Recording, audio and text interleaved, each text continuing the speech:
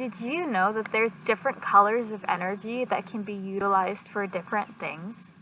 I'm Lexi of Soul Solutions. I'm an energy worker, and I'm here to explain to you today my 5 favorite colors to use during energy work sessions, what they do, and why I love them so much. So, when you're in an energy system and doing work, various colors have various densities and various vibrations and tones and abilities to them. So when I'm inside somebody's energy system working, I call upon different colors so that I can best utilize, best work the situation with the density and vibe that is most needed. So my number 1 most used color is the color gold. I love golden light. Golden light is warming. It's relaxing. When you start sending golden light in through someone's body, it starts weaving with their nerves, with their muscles, with their every fiber of their being, honestly. And it kind of melts its way in, and it relaxes, and it supports, and it warms, and allows those muscles, those nerves, those fibers of their being to be able to actually revitalize themselves, take a break, and just kind of reset. So gold is amazing. I use it all the time. More often than not, even when I put like another color in somewhere, I usually have little gold swirls in that color as well, so that the relaxation and the revitalization can work within their body, because gold is just so amazing at being able to provide that for people. So yeah, definitely number 1 is gold. If you ever want to utilize gold energy, just kind of picture this warming golden sun ray and capture that. Reach out and capture that sun ray. And then place it anywhere in your body that's sore, that's really tired, that needs revitalization. When you're cold, allow golden light to fill your aura. Those are the best ways to probably utilize it. And obviously anywhere that feels right. When you're doing work on yourself and you're like, I want to call in gold light, do it. That is your intuition speaking. Call in the gold light. Nothing should stop you from that. My second favorite color to use is light pink. Light pink is a color of gentleness, of compassion, of love. I use light pink a lot when I'm helping release traumas. I will fill the space with light pink lights, especially in wombs, and that light pink light will help chase away the shadows of the trauma and just kind of take the space that was holding those shadows, holding that trauma, and allow it to feel loved again. Because often after we have a trauma of some sort, there is a lack of self-love left in its place, as well as the pain. So by placing light pink light in that area, you can re-infuse that love and that gentleness and that compassion that the area is currently lacking due to the situation that it went through, to the memories it's holding. Light pink light is also a really calming color. It's good for loosening things up. So say somebody has some really stuck energy in the side of their shoulder and it's really dark and it's thick. Light pink light is really good for helping kind of soften that thickness on it, so it's easier to wash and cleanse away. I recommend using light pink lights whenever you feel like you need that little extra bit of love, a little extra compassion in your life. Just kind of close your eyes and picture it just kind of softly spread throughout the room, and reach out and scoop up as much as you need and roll it into a ball, or pull it out into a blanket and wrap yourself in it, or tuck it into your body, whatever feels right to you. And then, again, like I said with the gold energy, if you're doing any work on yourself and you feel like light pink is what you need to use, always use it. Always use whatever you're called to. That is the most important thing, because that's your intuition speaking, and it knows better than anything else.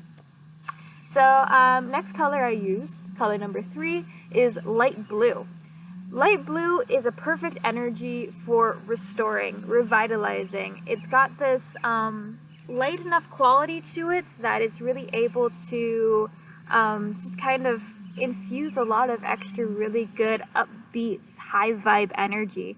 I use it in spaces like, say, someone's hands are really, really worn down. I will run lines of light blue energy through that and let the nerves and the muscles and the skin kind of restore itself. It's a really restorative energy, and I absolutely love it for that. I use light blue also a lot in the throat chakra, because the throat chakra is one of the most damaged chakras in most people, because people are used to not saying what they want to say or feeling like they regret something they've said. So light blue is great for fixing the throat chakra. The throat chakra also is blue, so it's going to really resonate with blue energy. So when you put those together, it's just a match made in heaven. But yeah, I would use light blue energy whenever you feel like something actually needs to be restored and kind of polished up. It kind of gives it a little bit of a shine. So if something's a little worn down, needs some restorative power, light blue energy is my go-to for that situation. Okay, energy number 4 is dark blue. And yes, there is a difference between light blue and dark blue. And it goes back to what I said at the beginning of this video, where I said something about energy densities. Light blue is a really light energy. It can be melted and poured and just shown in and everything. So it's really, really lightweight. It has a really flexibility to it.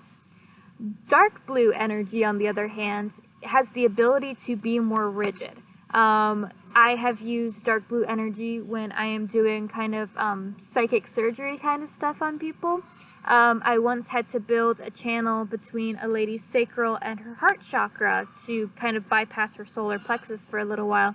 And I took dark blue energy and I stretched it into a sheet and I rolled it into a kind of tube sort of thing, and I ran that between the two chakras, and that became a bypass. Dark blue energy has enough density and enough rigidity to it. I guess that's probably not how you say it, but I'm going to say it that way. But it's got enough oomph to it to be able to hold itself and not dissolve immediately. So I like to use dark blue. Also, like, I had to support someone's channel in their body one time. And so I made a dark blue plank of energy and I tied it to their energy channel, kind of like a splint. So dark blue energy is really good for that supporting role. It really keeps things open, keeps things going. So I use dark blue energy for that. It might be a little bit more of a difficult energy for a beginner to work with because of the deep work you need to do with it. It needs a lot of molding and then a lot of focus to attach it and stuff. But go ahead and practice it. If you ever feel like an energy channel is a little kinked out of place, or like I also use it to kind of make drains. Like if someone's chakra is swollen and infected, I will make a splint and I will put that in and allow it to drain through that and pull a cord off of it. So if you ever feel like you have a purpose for dark blue energy, go ahead and use it. But just know it might be a little bit more difficult, but that doesn't mean you can't. You can do absolutely anything. The final energy I'm going to talk about is purple. Purple is used so often by me because it's got this ability to really be able to allow you to still see things while also protecting you. It's what I always build people's auras out of, is purple energy. It's kind of got this rubbery kind of bounce off kind of property to it, I guess. So like, say you want to keep negative energies out of your aura, you kind of put purple on it, and I have a video that teaches you how to, walks you through how to do that as well. But you kind of do purple energy, and anything that comes at it, it's just gonna bounce off. I mean, purple's really good for that. It's kind of got that trampoline-y kind of density to it. So I use it for that, and I also use a lighter version of purple when I'm protecting people's chakras, because it's still, the difference between purple and dark blue is really solid, and so it's hard to see anything through it. I mean, you'd think dark blue would be great for auras because no one's getting in or out of that, but unfortunately nothing's getting in or out of that. And you can't really see, like, energetically see through dark blue because it's so dense. The purple keeps some seeability, and you know, purple also helps with the third eye chakra, so kind of helping see through intentions, being intuitive and stuff. So when you surround yourself with that purple energy, you're going to be more intuitive to know what should be allowed in and out of your aura, and then you're just going to be able to energetically see and energetically allow things in better when they are serving your highest good. So that's why I recommend purple for auras, but purple also works great for obviously adding to your third eye chakra, and anytime you need something with a little bit more give, a little bit of a givey kind of energy, and I'm talking like density giving, not like generosity giving, purple energy is going to be a great go-to for that. Now, I've talked about 5 colors, and you're probably wondering, what about white? Isn't white energy, white light energy, like the #1 talked about energy? How are you not using that? I don't count white as a color. I just count white as energy. So I do use white energy all of the time for everything. It's cleansing, it's restorative, it's refreshing. It is a blank canvas where you are able to impart intentions on it or allow it to just work, and it will work and it will do things itself. That's one thing when you're actually choosing and working with certain colors of energies, you have already set that, okay, this is your purpose and you're going to do that. And the energy will do that. White energy can be and do anything. So if you set the purpose that you want it to be cleansing, it's going to go through and be cleansing. If you set the purpose that you want it to be a rebalancing, refilling energy, it's going to go where it needs to go, and it's going to rebalance, it's going to refill. It has more of a mind of its own and more of an openness to it where it's going to do what it really truly needs to do. That's something that is a little bit harder for the specific colored energies to do, because you have given it a job, and it is going to stick with that job because of the intentions that you've put on it. So white energy is great for everything. It's an all-purpose energy. If you are just starting in energy work, I recommend that you start in white energy for everything you do. For the first while that I was working, I didn't even play with other colors because I was just using white energy and allowing it to teach me. That's the thing. White energy was one of my biggest teachers. It was able to, you know, kind of take on hues of different colors while I was working, and it kind of educated me of, okay, this is where you want to use pink. This is where you want to use light blue. This is where you want to use X, Y, Z. So white energy is going to be the absolute best start, and it is always going to be your go-to fallback whenever you don't know which energy to use. And sometimes it is just the best energy to use. Just pure pure flowing white light.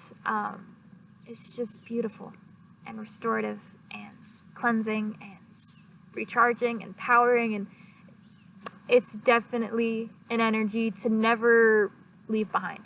It will always be with you, and you will always call upon it. I can almost guarantee that. But so thank you so much for watching this video. If you have any more questions about different color energies to use during energy work, go ahead and let me know, or reach out directly. I would love to talk to you about the different options you have, different ways you can use them, and how you can practice utilizing them in your daily energy work on yourself as well. So thank you so much for watching, and have a beautiful, blessed, and peaceful day.